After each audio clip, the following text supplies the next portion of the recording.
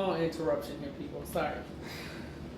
Are there people on there? Hmm? No. Are there people even on there? There was 3 or 4. Okay, we're not gonna say no names right now. No. Mm-hmm. And I was also looking, I read in an article that sober living homes housing fell within the first 3 years.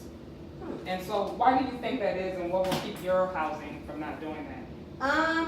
You know, honestly, when I started this business, I'm a firm believer in just doing. A lot of people, when they want to start a business or when they want to, some people want to be entrepreneurs, and some people have really big dreams, and they like to talk about it. And I'm the type of person that will just do something without even knowing half of what I'm doing.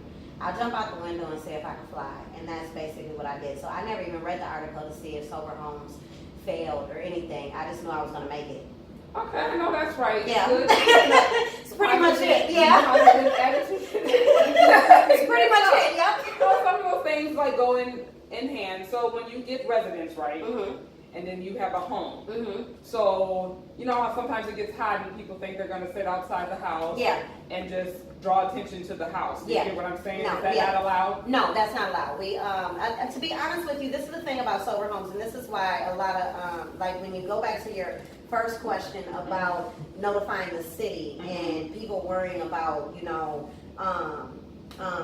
these, and I don't want to say these people, but worrying about these women or these men coming into their neighborhoods and them being concerned. Sober living is, they're one of the quietest houses. They have rules. Their house is always clean.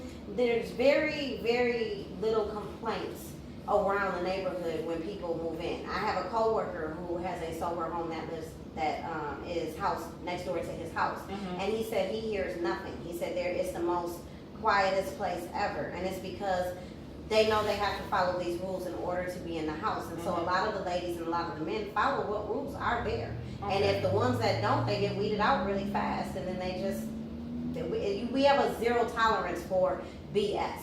You know, so if you break a rule more than 2 times, if it's drugs, alcohol, you immediately have to go. But if you break a rule more than 2 or 3 times, then you have to go. And it's just like, that's just how you have to keep it. It has to be a strict, structured environment, and it helps people with their recovery because they have to be in a strict, structured environment. But, what was the question again? I was saying like, do they bring attention to the house and stuff like that? Okay, no. But I was gonna, when we were talking about it failing. Yeah, it fell. 70% of. I think I can answer that. Some people get into business for money. And of course you do start a business because you want some kind of money. But if you're, like I said, I got into it because of I wanted to just have a family business going. I still work a full-time job. I don't make enough money where I can just say, okay, I own a business and I'm done. But I also love what I do. And so I am very personal with my girls. We do monthly activities. We have game night. We do movie night. We're doing a barbecue next month for Mother's Day. We might have a slumber party and the girls can bring their kids over and stuff like that. And so we make it feel like it's a family. And if some people are failing, it might be because it's more of a business and they're just looking at the money. And they're not really getting personal with people. They're dealing with people who have, who want love and need some help, you know? And so I might not be able to counsel them, but I can love them and help them. That's true. And that's what I do. And so I was reading that you guys have a 3-month stay. It's a minimum of 3 months. 3 months. So over the period of 3 months, you get to know these people personally. With any job, you get to know people personally. And so after they leave after that 3 months, do you guys follow up with them just to follow up and see if everything's okay? Are they still sober? Are they relapsing or stuff like that? Yeah, I do. Yeah, I do. I have on my Facebook page, one of my girls who left had text messaged me and, you know, said she got her son back and she wanted me to know that she's doing really good and to thank me for, you know, what she's done. There are some people who left at bad terms that I can't get a hold of, but I do check up on them, you know, every now and then, just see how they're doing. And, you know, they're always back invited to the house. They'll always be a part of Treasuresplace family, as long as they left on good terms. There's a couple that maybe left on bad terms that I still check on. as well, depending on how bad they were. Yeah. Terms were. Sometimes you just gotta wash your hands with certain people because they weren't on that goal anyways. Yes. You know, but the ones that are, yeah, those are my little babies. No matter how old they are, they could be 50. I still look at them like my little baby. So do you take all ages? Yep. Oh, okay. Mhm. So it could be 18 and up. 18 and up. Yeah. Oh, okay. Yeah. So that's good to know. Are you strict on just having one house, or do you want maybe one or two? I want multiple houses. Right now my house is full, and I'm thinking about getting multiple houses because I have people looking for housing. Okay. So at least another house. So you don't want to partner up with the government ever? No. Oh. Too much work. I ain't got time for that. First of all, you need the money. I gotta go find funders and I work a full-time job. I think you would be good at the funding and making it. Maybe I'll think about it. I haven't really thought about it. I know a lot of the sober home owners are independent, Okay. and so most of them are independent. So being that. And a lot of people like going to the more independent places than the state places. So when you go to the state places, you're probably under more of a microscope. Probably. And so when you're not funded by the government, there's no one coming in checking it out and stuff like that. Right. I mean, and so you feel a little bit more of independence as far as to get out into the real world versus like you're in an institution again.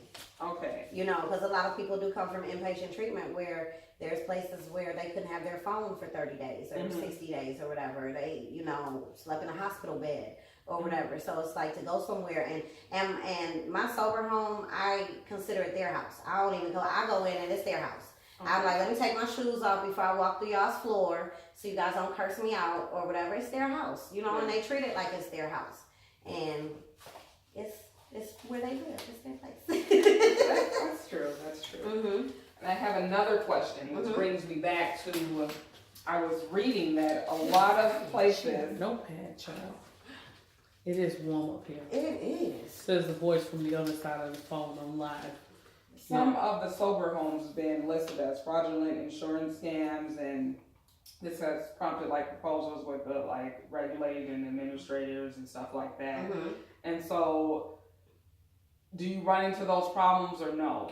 No, I'm part of Minnesota has a organization called the Minnesota Association of Sober Homes, and they monitor if you become a member with them. They make sure that you're accredited, and so I'm accredited with the Minnesota Association of Sober Homes, and they basically keep you on your P's and Q's. If they hear anything, they'll come investigate, and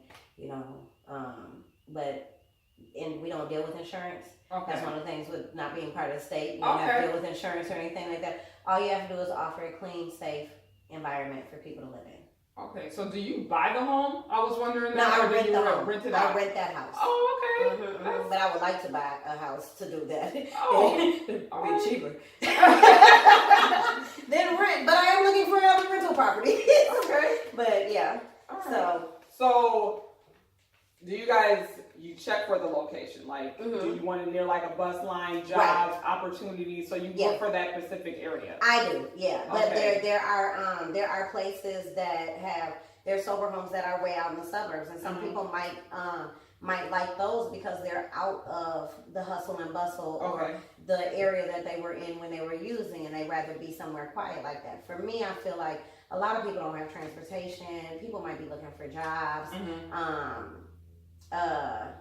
They might need stores by, so the convenience of being in the city to me works. And that's what I think is best. But there's sober homes that are in the suburbs that are, successful and fine and doing good too. So when we come down to transportation and they're trying to find work and jobs, do you guys provide bus cars, or is that something they have to do? No, that would be something that would be something state, but no, we just provide housing, clean environment. So they provide their own food within the sober home. Okay. Okay. We're going to end this on this great note. Okay. And it's called Treasuresplace, and it's located. Do you want to tell them the location? It's at 1521 Thomas. If you need any information, you can call us at area code 651-508-7397. We're on Facebook as Treasuresplace Sober Homes. Website is treasuresplacesoberhomes.com. We are, Are you guys able to promote yourself? Like, say, say, you know how they have the 7th Street Live stuff where you would be able to set a table out there and okay, so you were willing to look into that. Yep. I'm gonna start. I'm trying to get this girl to do the state, and then you can get some funding. And hey, I think you would be very good I for work that. 45, 50 hours a week, and then when I'm off of work, I'm at Treasuresplace. So I'm tired. I need a partner. Anybody want to partner with me? Okay, I'm going to look into it with you. Right. Well, I really want to thank you for your time. Thank out of you your for day having and coming in here and joining me in my attic and, you know, with the interview. I want to say thank you. And you guys have a great Sunday. All right. I feel